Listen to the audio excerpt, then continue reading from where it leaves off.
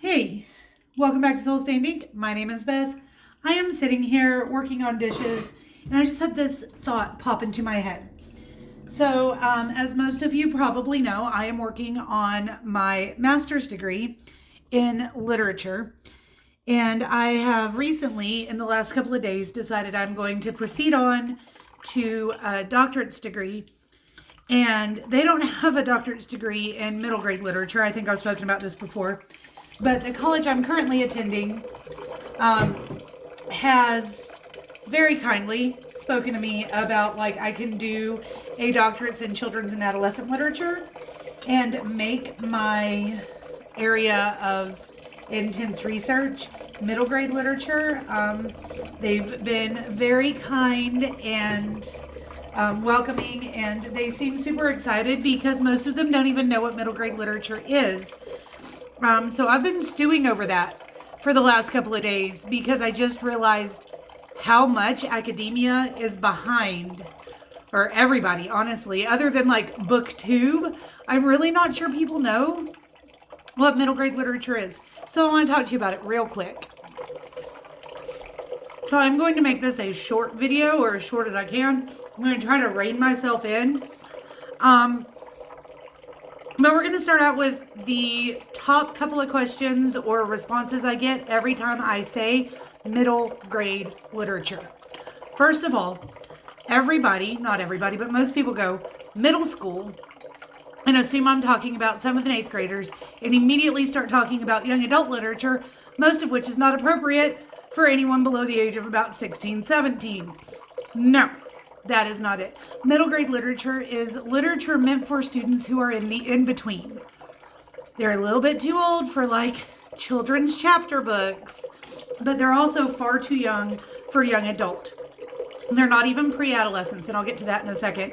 They are the ages of about 7 or 8 to 12, 13. Okay? I say 7 or 8 to 12, 13 because it also works with maturity level. My oldest, Elena, she is 10 right now. She's been reading middle grade books since she was about 7. But she's been reading them with me, books that I've either read or had recommended to me that would be good for us to read together. Now she's 10, she's solidly in middle grade and she reads them on her own, but also still with me. However, I'm not letting my 10-year-old read books that are meant for 16, 17-year-olds. See how that works? Also, my 7th and 8th graders that I teach on the daily, they're not ready. Most of them are not ready for young adult books. So that's why I say 12, 13, because that's about 7th, 8th grade level.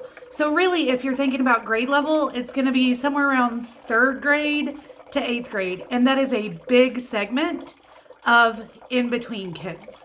So middle grade does break down a little further than that, and it does rely on maturity level a little bit.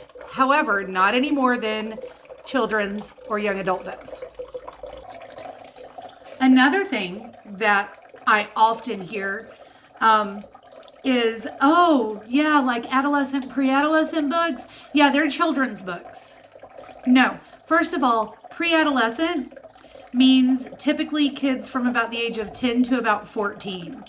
Adolescence supposedly hits when the kid hits puberty. However, in 2023, some kids are hitting puberty way earlier, some kids way later.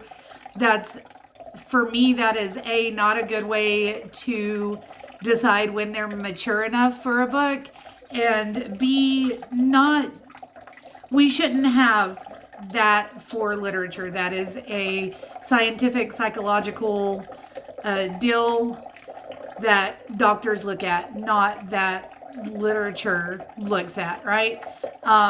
Some middle grade books, a lot of middle grade books address issues like getting your period, having hormones, feeling the feels, but they address it in a much healthier way for that age group than a book meant for someone who's 15, 16 will do. Not that I have anything against young adult fiction or nonfiction or anything.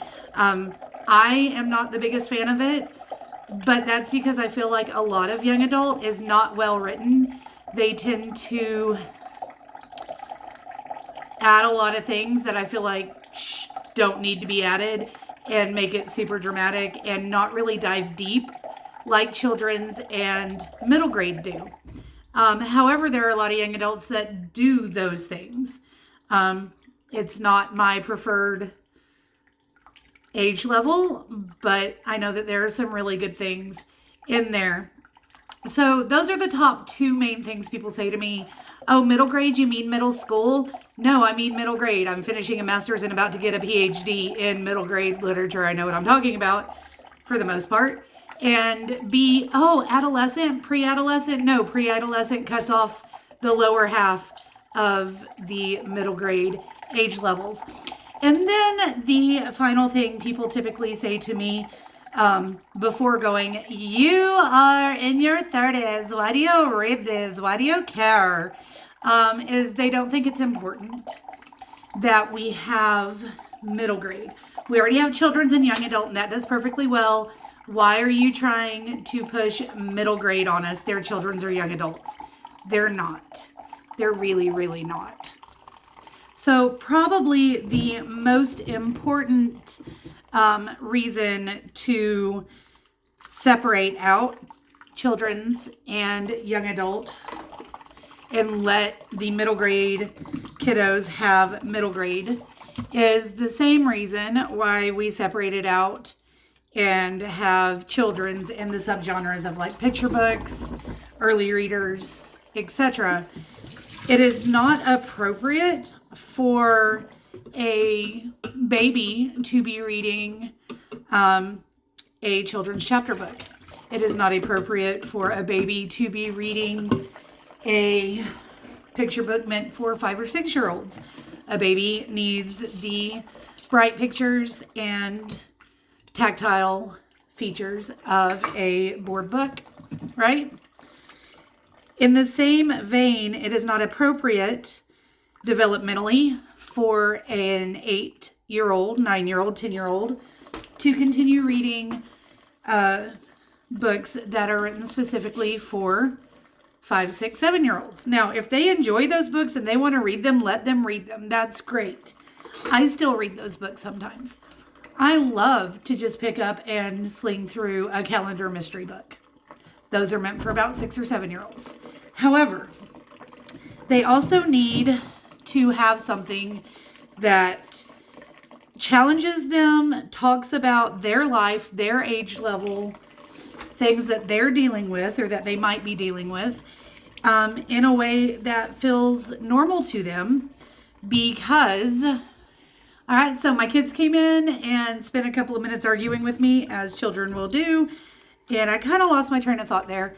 So basically what I am telling you is we need developmentally appropriate books, and middle grade is super important for a multitude of reasons. Number one, we are separating it out and giving it a title so that the kids who are being told that they can't read something or do something or whatever because, you know, you're not a baby anymore.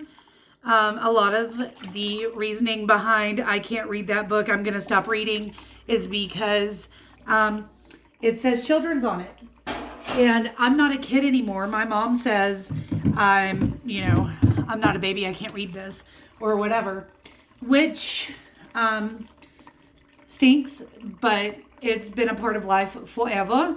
And so saying it is a children's book, a lot of the kids won't pick it up even if it is developmentally appropriate for them. The next thing is that these books approach friendship, puberty, loss, love, school, internet safety, all of these topics that are hugely important and that are becoming even more hugely important for kids in this age group. They address them appropriately and with characters that our students can actually, our children, can actually connect to on a deeper level. Because I don't care who you are, if you're an 8 or a 9-year-old and you're reading a young adult book where the main character is 16, you can connect to them, you can look up to them, but they're not you and your friends. You can see yourself in them and you can want to be that when you're 16, but you're 8, 9, 10. You're not 16 yet. So having this segment of books is hugely important in getting them out to the kids and telling them these are middle grade books meant for your age group is hugely important. And the fact that publishers came to this understanding and have been publishing them in the last 10, 15 years or so as middle grade, but academia as in not just colleges, not just scholars going into master's and doctorate's degrees, but schools in general are still shelving them, tagging them as children's or young adult, and not giving our upper elementary and middle school students what they need, not helping them. We need to do better, guys. We need to know better, and we need to educate those around us once we do know better. That's what I'm trying to do. Thank you for coming to my talk, and I will talk to you guys again soon. Let me know your feelings on this. I obviously have very strong ones. Until I see you again, stay safe out there. Bye.